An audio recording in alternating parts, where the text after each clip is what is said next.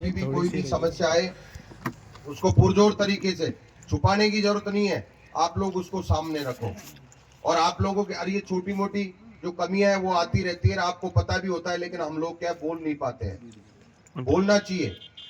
दूसरी बात, ये किसी पार्टी का संगठन नहीं है, आप लोगों को खुल के रहना है। किसी पार्टी का संगठन नहीं है ये हमारे राजेश पायलट साहब तो हमारे लिए एक प्रेरणादायक है। वो किसान को सबसे ज्यादा महत्व देते थे, उनकी इच्छाएं थी, उनकी आकांक्षाएं थी बहुत कुछ करने की किसानों के लिए, गरीबों के लिए।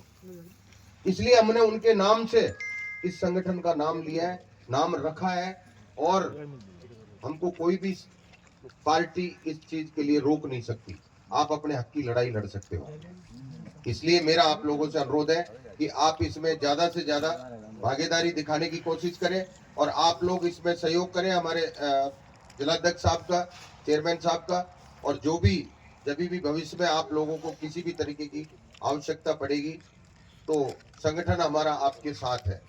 आज स्थिति ये हो रही है कि किसानों की जो फसल है, उसके जो खेती में जो अनाज पैदा होता है उसकी कीमत आपके सामने आपको खुद को पता है क्या भाव चल रहा है। और अगर उनको कोई चीज लेनी होती है, जब उनको जरूरत होती है, देनी होती है, तो खाद है, बीज है, कीटनाशक दवाइयां हैं, उनकी कीमत इतनी कर दी कि शायद हमारे खेती में पैदावार ही नहीं होती उतना हम खाद बीज में लगा देते हैं। और हमारे गुरुजी ने भी बताया कि इतनी जो ब्लैक हो रहा है कि जिसकी कोई हद नहीं। 272 रुपए का खाद का कट्टा आता है, वहां 400 और 500 ले रहे हैं। आप लोग अगर ये चीज कभी भी आपकी नजरों में आती है और कोई अगर देता है तो आप उसको वहीं पकड़ के बैठ जाओ। अभी गुरुजी ने बताया था, आप उस चीज के लिए संघर्ष करोगे तो आपके सामने कभी भी वो चीजें नहीं होगी। दूसरी बात, फर्जीवाड़ा चल रहा है, लेबल लगा रखा है आपका, वो पीले कट्टे का वो जो यूरिया आता है उसका लेबल है, कट्टे के अंदर कचरा भरा हुआ है। तो इन चीजों को आप लोग थोड़ा जागृति दिखाने की जरूरत है, आप लोगों को बताने की जरूरत है। आप लोग इस चीज के लिए जब तक जागरूक नहीं होंगे, जब तक आप सहयोग नहीं करेंगे हमारा, तो हम संगठन के जो जितने भी पदाधिकारी हैं वो भी अकेले कुछ नहीं कर सकते।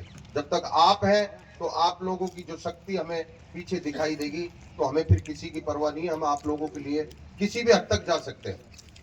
इसलिए मेरा तो आप लोगों से यही निवेदन है, और बहुत बहुत धन्यवाद दूंगा मैं तो चेयरमैन साहब को कि आपने इस प्रोग्राम का आयोजन रखा और आपने जो हमारे लिए इंतजार किया। आपके सामने जो एक बहुत बड़ी समस्या भी आती है, आदमी इंतजार करता है बैठे रहना, मैं तो आप लोगों को बहुत बड़ा ये समझता हूं कि आप लोगों ने इतना इंतजार कर लिया और आप अभी तक हमारे इंतजार में बैठे थे, उसके लिए बहुत बहुत धन्यवाद। राम राम साहब।